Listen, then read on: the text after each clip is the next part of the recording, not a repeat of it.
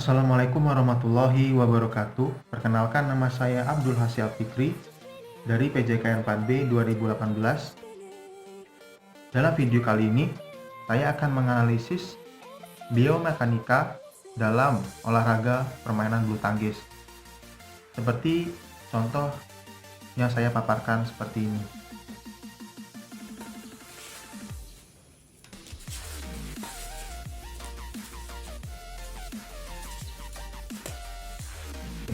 Setelah yang saya paparkan video tersebut, bahwasanya kita bisa menganalisis terhadap gerakan permainan bulu tangkis yang telah saya paparkan tersebut. Seperti yang pertama, dalam hukum kesetimbangan. Dalam hukum kesetimbangan, dalam gerakan permainan bulu tangkis tersebut memiliki 3 hukum kesetimbangan. Yang pertama, hukum kesetimbangan kedua, dan yang berbunyi stabilitas berbanding lurus dengan luas bidang tumpuannya. Itu terjadi pada saat posisi badan kita menyamping dengan arah net. Kemudian posisi kaki kanan kita itu berada di belakang kaki kiri kita. Dan pada saat memukul bola, terjadilah perpindahan badan antara kaki kanan ke arah ke kaki kiri. Begitu.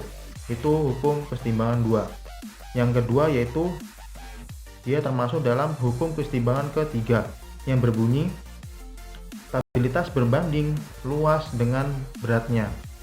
Itu terjadi pada saat memukul kok pada bulu tangkis tersebut seperti gerakan melempar. Pada saat kok tersebut menyentuh raket, tangan kita tuh harus lurus dan posisi raket mengikuti arah bola tersebut. Setelah itu ayunkan raket ke arah bawah pinggang dan jangan ditahan.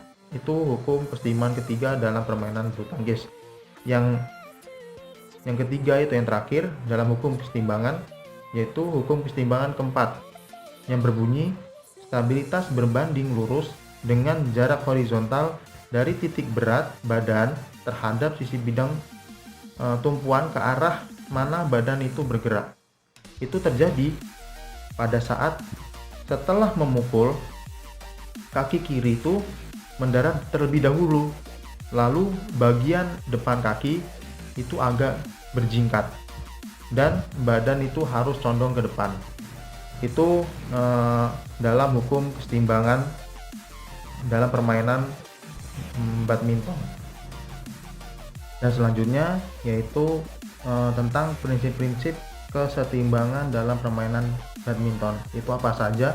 Yang pertama yaitu tumpuan kaki.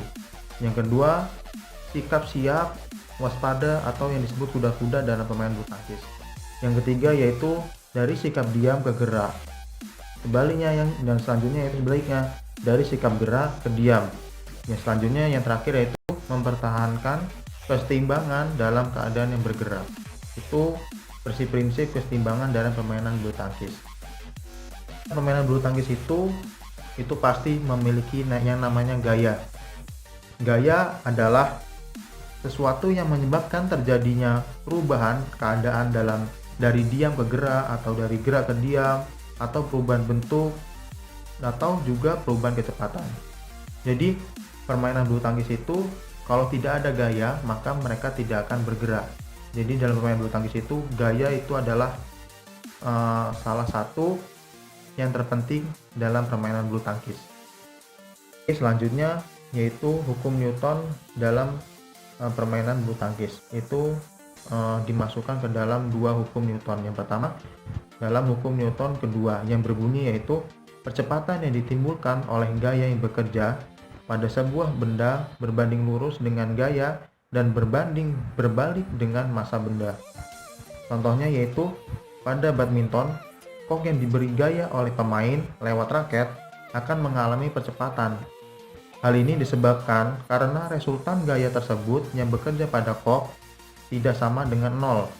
Akibatnya, kok tersebut yang dikenai gaya lewat raket itu akan melesat sesuai arah resultan gaya tersebut. Itu hukum Newton kedua. Yang selanjutnya itu hukum Newton ketiga yang berbunyi ketika suatu benda memberikan gaya pada benda kedua tersebut akan memberikan gaya yang sama besar tetapi berlawanan arah terhadap benda yang pertama. Contohnya dalam permainan bulu tangkis,